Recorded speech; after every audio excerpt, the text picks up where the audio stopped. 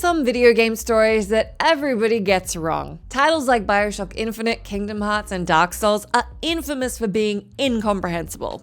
But sometimes gamers are bewildered not by the overarching narrative, but by a specific story arc. Other times, pivotal parts of the story are misinterpreted since the ins and outs aren't spelled out.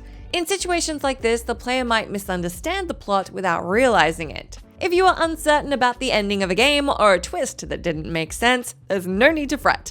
On this list, all your questions will be answered. I'm Jess from WhatCulture, and here are 10 video game plot points everybody gets wrong. Number 10. NERO'S real identity, Devil May Cry 4. For Devil May Cry 4, Capcom switched things up by introducing a new demon hunter called Nero. Although the player takes control of the original protagonist Dante in 7 missions, Nero is the top dog this time around. Because Nero and Dante look alike, rumors quickly circulated that both characters were related in some way. Were they brothers, was Dante a daddy, or was Nero's uncanny resemblance to the wisecracking devil hunter a mere coincidence? Even though the speculation was boundless, Devil May Cry 4 never offered a straight answer. Fortunately, the whole situation was cleared 7 years later when the remaster was released. Devil May Cry 4 Special Edition opens 2 decades earlier, with Virgil visiting the town of Fortuna. While building intel on the Order of the Sword, Dante's brooding sibling impregnated an unnamed woman. Upon leaving the town, Nero's devil trigger form appears in Virgil's shadow, indicating the two are father and son. If you need further validation, the pair's connection was irrefutably confirmed in the book Devil May Cry 3142 Graphical Arts, which was released 2 years before DMC4's remaster. Number 9. The Ending, The Legend of Zelda: Ocarina of Time. Even though The Legend of Zelda: Ocarina of Time has been dissected to death, the epilogue has left many clueless. After using the ocarina to venture into the future, Link confronts the Great King of Evil, Ganondorf. Upon his defeat, Zelda and the sages banish Ganondorf into the Sacred Realm. With Hyrule saved, Zelda uses the ocarina to return Link to the past, seemingly resetting the timeline. But in the final moments, there's a scene depicting a young Link meeting a young Zelda in her private garden. Because this is how they originally met, it's believed this ending symbolizes the pair are caught in a time loop. Sadly, the real answer is much more complicated. Yes, Link was sent to the moment just before he met Zelda, but this time, Link informs Zelda of Ganondorf's evil plan, allowing her to banish him before he set his plan in motion. However, that's just one timeline, thanks to Nintendo's Hyrule Historia book. If Link failed to vanquish Ganondorf, it creates the Downfall timeline, which continues in The Legend of Zelda: The Adventure of Link and A Link to the Past. However, again, if Link was sent back to the past, he disappeared in the time period where Ganondorf took over Hyrule. This created another timeline, which led into The Wind Waker. Now those details have been covered, let's hope some of that made sense. Number 8. We never fought the real big boss, Metal Gear.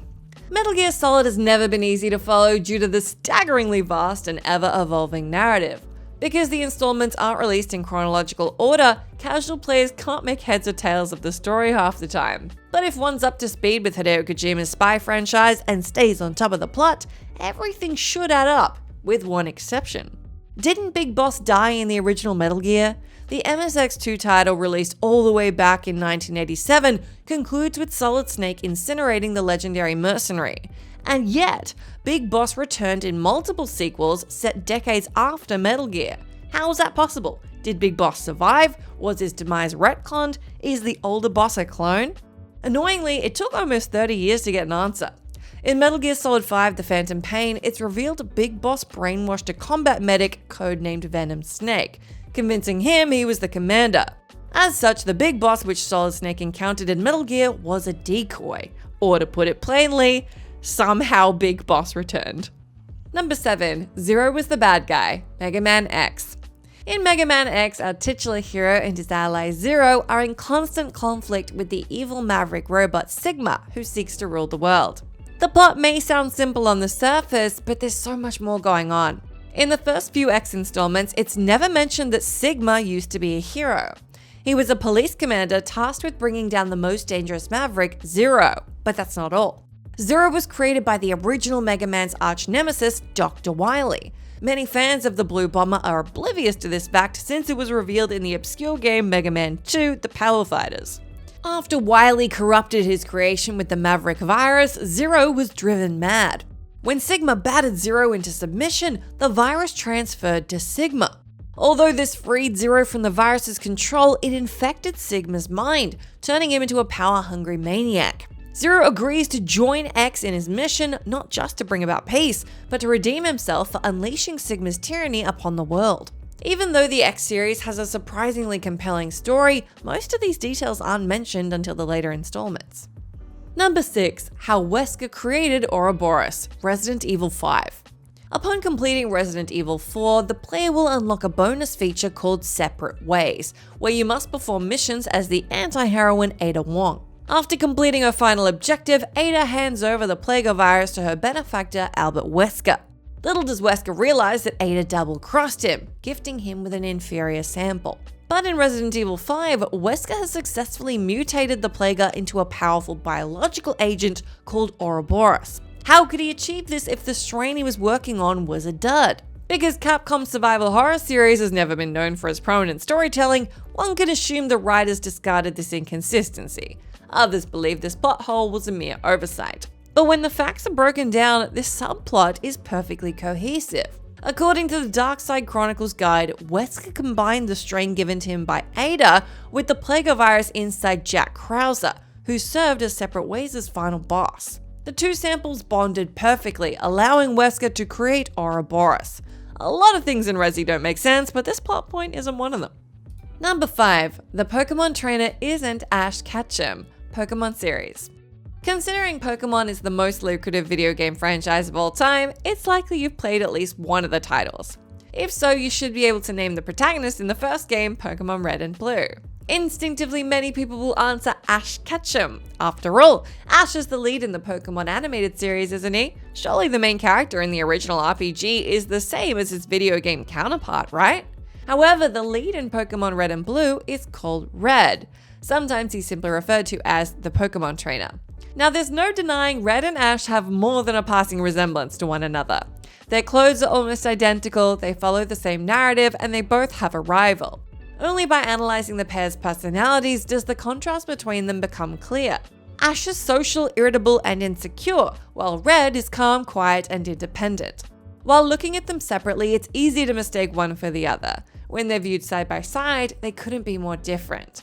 But if you were brought up with the Pokemon cartoon, you might call Red Ash out of a reflex, even if you know that's not his real name.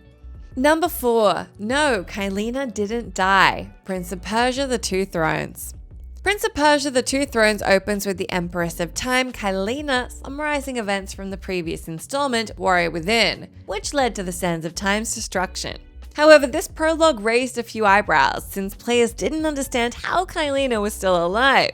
In Warrior Within's climax, the prince killed her, allowing Dahaka to absorb the Sands' power. And yet the opening act recants these events, since it shows the exact opposite. Considering The Two Thrones only came out a year after its predecessor, you'd think the creators would remember how the story wrapped up.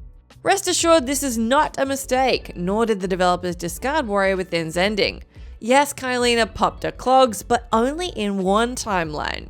If our time-manipulating hero acquired the Water Sword during his journey, the game concludes with a different ending, showing the titular King of Blades slay Dahaka and save KAILEENA. Although this turn of events serves as the canonical ending, some players never unlocked it, since they failed to achieve the 9 upgradable pedestals needed to obtain the Water Sword. Number 3. Where did the villains come from? Metroid. Since its debut, Metroid's rich lore has never been shoved in the player's face. However, fans should be familiar with the basic story. As a child, Samus Aran was taken in by the benevolent Chozo aliens after space pirates killed her parents. To help her survive, the Chozo equipped Samus with a power suit and genetically enhanced her body. When the space pirates weaponized energy-sapping organisms called METROIDs to conquer the galaxy, Samus vowed to stop them and their leader, Mother Brain. Even though these details have been explained repeatedly, the origin of Samus's foes has always been a bit sketchy. As a result, it appears as if the space pirates created the METROIDs and have been ruled by Mother Brain from the beginning. Ironically, the Chozo are to blame for both of Samus's greatest adversaries. When their world was infested with X-parasites, the Chozo built artificial life forms called METROIDs that preyed on them. The Chozo then constructed a living supercomputer called Mother Brain to keep the Metroids in check. Sadly, the AI turned against its creators, causing the Metroids to run rampant across the cosmos. Number 2. What happened to Midgar? Final Fantasy VII. Much like the Marvel movies, Final Fantasy VII had a post-credits scene that left everyone going, huh? This sequence, which takes place 500 years in the future, opens with Red 13 galloping up a canyon with his cubs. Upon reaching the top, the Crimson Beast looks down at Midgar, or at least what's left of it. The city is now consumed by vegetation, implying humanity has been rendered extinct. According to the game's director, Yoshinori Kitase, that's exactly what happened. However, that doesn't explain why Red 13 is heading towards Midgar, except to make one really cool reveal. Which brings us to the 2018 novel Final Fantasy VII On a Way to a Smile. This anthology follows the events directly after Final Fantasy VII's sequel, Advent Children. In the chapter episode Nanaki, Vincent reminds Red 13 how they'll outlive all their friends, since they age at a much slower rate. Because Red will experience great loss and loneliness throughout his long life, Vincent believes it's imperative the two stay in touch. As such, Vincent promises to meet Red every year in the ruins of Midgar. Final Fantasy VII's climax is tragic, but it's nice to know the story ends with Red 13 meeting an old friend. Number 1. Mario isn't from Earth. Super Mario Bros.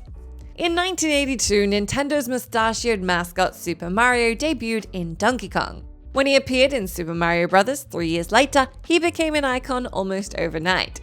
Decades later, the pasta-loving, princess-saving, Goomba-stomping, impossible acrobatic hero has become even more popular. But despite appearing in over 200 games, we know next to nothing about Mario. According to the common consensus, Mario is an Italian plumber from Brooklyn who fell into a pipe, which transported him to the Mushroom Kingdom. Because this origin story was followed in the Super Mario Bros. Super Show, the Super Mario Bros. Film, and the recent Super Mario Bros. Movie, you'd assume it's canon.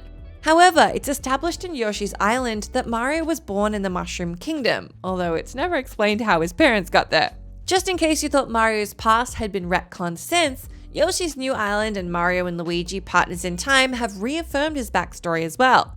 Now, there's no mistake Mario has been to Earth. How else could he pop up in Mike Tyson's Punch-Out? Nevertheless, Mario's homeworld has and always will be the Mushroom Kingdom. That's the end of our list, but let me know down in that comment section if you can think of any other video game plot points everybody gets wrong. As always, I've been Jess from WhatCulture. Thank you so much for hanging out with me. As always, you can come say hi to me on my Twitter account if you like, where I'm at Jess McDonald, but make sure you stay tuned to us here for plenty more gaming goodness.